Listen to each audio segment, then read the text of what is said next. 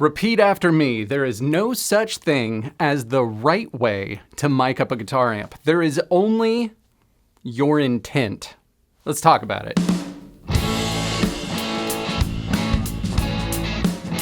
Yeah, I've seen a number of YouTube recording gurus over the years that have said things like, it's taken me 10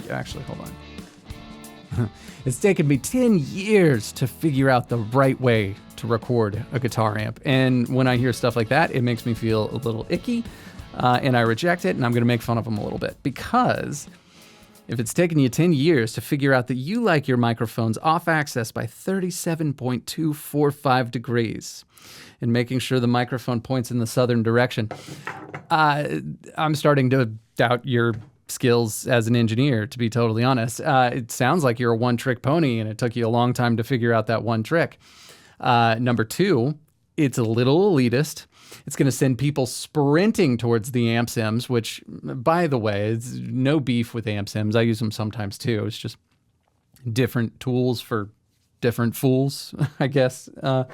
And then last but not least, it's one of those things where it seems like you've got an ego problem. Like, why is it more about your mic position than it is about the artist or their sound of what they're trying to get? Just saying. Our job is pretty simple. We are here to serve the song and serve the artist. We are not here to serve our elite mic positioning. So let's talk about the tools that you're going to use, when you might want to use one or the other, and then talk about how to use them. All right, so let's talk about the dynamic microphones first, and when you may want to gravitate towards one or the other, depending on what you're trying to accomplish. So first up, SM57. It's a classic. It's a classic for a reason. These things sound great. Now, I will choose an SM57 over another type of dynamic mic if I'm working with like a guitar-centric or a guitar-driven band. I tend to work a lot with punk and emo and indie and metal and stuff like that. And so those types of more guitar-driven music, an SM57 works really well because it helps the guitar to cut through a mix and to kind of plant its flag like right there next to a vocal so they can both like coexist with each other, right next to each other without overpowering each other. Partially thanks to that SM57 having that pushed out like that 5K, like kind of upper mid-range thing that's going on with it. It really helps to allow the guitar to articulate, and it helps the amp to growl. If you're trying to get that distorted tone, like it really brings out the growl and the grit of the amp. It works great on clean amps too sometimes, but if I am working with a less guitar-driven track, or if I'm working with an amp that needs to be tamed a little bit, Sennheiser. This is the E906. The 609 is not too dissimilar from the 906. They have a very similar flavor, just a little bit different. But the Sennheiser mics have a little bit of a smoother top end to my ears, and they can really help to smooth out some things. So if the guitar is not featured, it helps it to kind of stay back in the mix a little more, but still sound nice. Or if you've got a guitar amp, like the one that comes to mind is I remember recording this AC30 that had greenbacks, Celestion greenbacks. And the combo of that amp with that speaker just had so much bark and bite, and it was on the bridge pickup of a Telecaster, and it was just like, it was a little ear piercing if you were standing next to it. So we used the Sennheiser, the E609, I think or 906 actually was the one that we used at that time, more towards the outside of the speaker cone. We'll talk about that in a minute. And it really helps to smooth things out. Other microphones I'll use, the Sennheiser 421. That one's really good. Sometimes on like distorted guitars, it can sound a little scooped and a little sizzly on the top end, so it's not always what I want to do, but it can work. And an RE20 can also work too. It's got that huge low end on it that can really help to bring that out if you're looking for that. All right, let's talk about positioning. All right, so one of the first things that you want to consider... Hold on. There we go.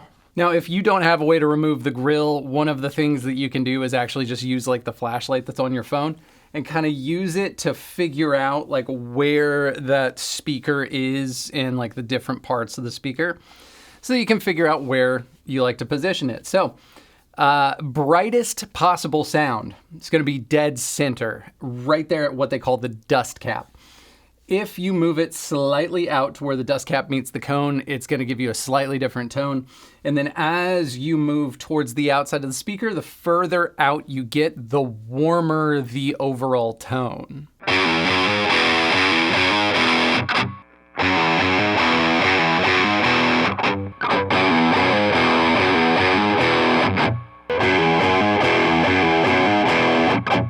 And then one of the other things that you can experiment with is called off-axis miking technique. And that's instead of putting it just directly right at the speaker, just pointed straight at it, you can actually tilt it to the side. A lot of people will say that it's like a warmer tone. I say it's just different. It is a little bit warmer, but it just gives you an overall different kind of resonance to the sound. So let's listen to that.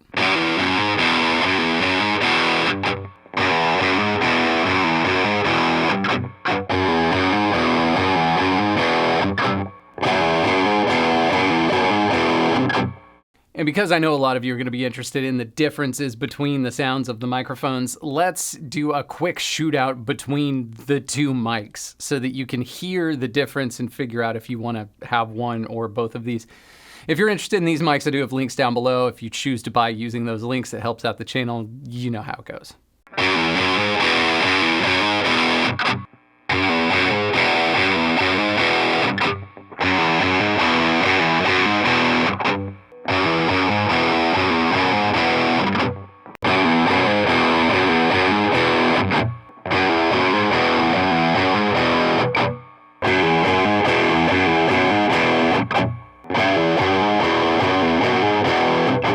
So condenser microphones also have a place in the recording of a guitar amp too. So I will oftentimes use a condenser as a complementary microphone to my main dynamic microphone. I like to blend the two together to really just extend out that frequency range a little bit more.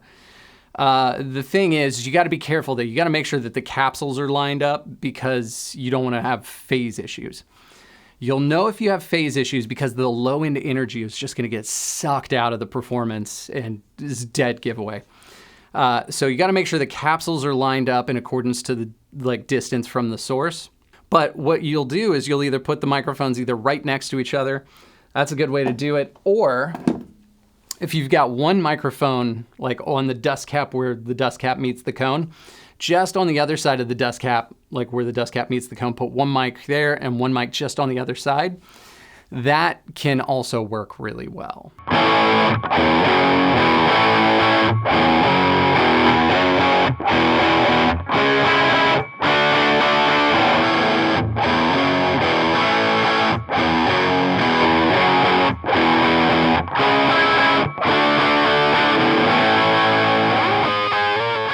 Now, another thing I like to do with condenser microphones on guitar cabs is I'll actually take a condenser microphone on the back of the amp, which is not something I see too often anymore. But if you've got an open back guitar cab or a combo amp like I've got here, it can really bring out like some depth and some body to the guitar amp, as well as like some of the speaker characteristics too.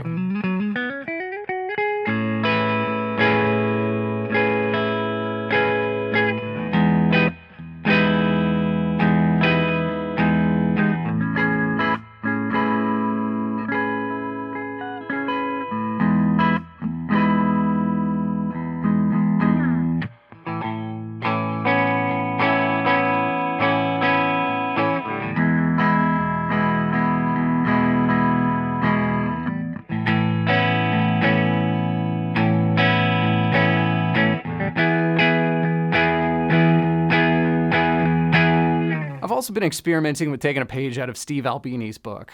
Steve Albini, if you don't know, you should know. He's the engineer for Nirvana, the Pixies. I could tell you a list of bands that he hasn't worked with, and it would probably be a shorter list than the bands that he has worked with. Like, amazing. But one of the things that he does, his whole philosophy is that, you know, the guitar player in the band knows the sound of his amp better than anybody else. And he's dialed in the tones of that amp specifically for that band and for that song. And if you take a microphone and you actually back it off of the speaker cabinet by anywhere between 1 and 3 feet, like somewhere in there, you start to get this natural sound of the amp, like how the amp actually sounds in the room. And that way, you're capturing that natural sound, and you can blend it in with like the close mics or the back of the cab mic or whatever else you've got going on in order to get an accurate full picture of that guitar sound. I love that.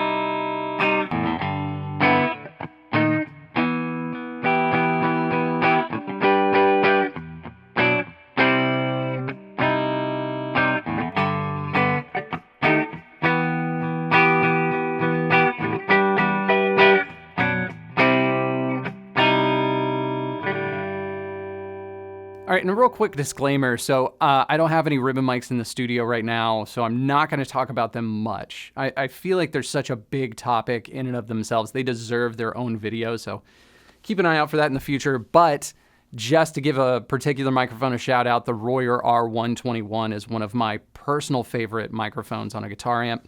Ribbon mics will kind of smooth off the top end. They'll give a lot of richness in body in the low end. And then it's also, because of their figure-8 polar pattern, meaning they pick up sound from the front of the ribbon as well as the back, they can also bring in a lot of the room sound into the recording too, depending on how you use them. So just know they are a thing, but I will make a dedicated video on ribbon mics soon. Yeah, if there's one thing I want you to walk away with after watching this video, it's that there is no rule book to recording, like guitar amps or anything, really. It's just a few foundational principles that you need to understand, and then having intention behind those principles in order to get the sound that you're going for. That's it. There is no right way or wrong way to do anything in recording. It's all intention. And truth be told, every recording is a puzzle, and the more intention you have with your recording, the more those puzzle pieces just tend to fit together for that end product and to give you a very unique sound, which is super important these days. So listen, if you got something out of this video, consider hitting all the buttons that are below. Hit the like if you liked it. Consider subscribing. If you're not subscribed, I do not know what you're doing with your life. If you're interested in any of the gear that I'm using, I do post links to everything down below. These are affiliate links. That is a great way to say thank you to the channel. If you're going to buy something anyway, consider using those links, because it does give me a kickback and allows me to continue to make these videos. So I'll see you guys in the next one.